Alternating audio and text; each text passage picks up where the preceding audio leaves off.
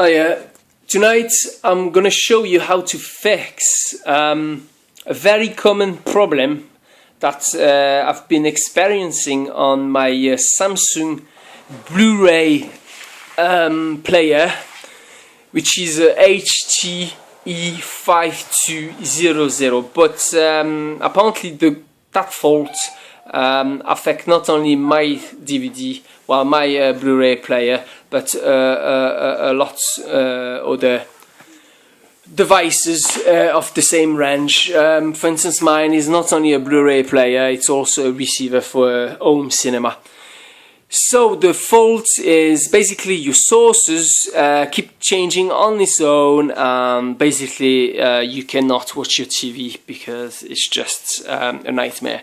So the receiver cannot be replaced on its own. You need to buy a brand new home cinema with the new speakers, and if you want to save a bit of money because your player is still good, well, you follow the next advices and you will fix your Samsung Blu-ray player.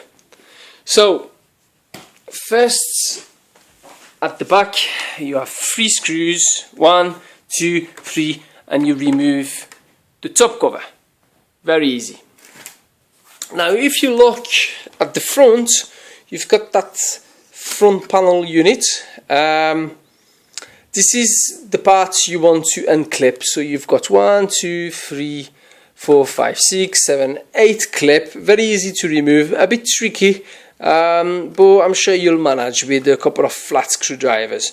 Once it's off,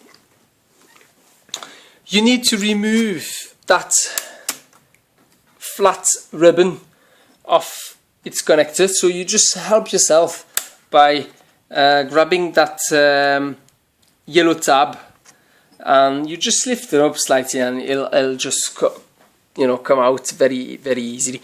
Now if you look closer, see that white connector? Originally I had that smaller ribbon cable connected into it. This is basically the cable of the touch sensitive display at the front, which allow you to, when pressing on the different symbol, to change your functions and sources and blah blah blah.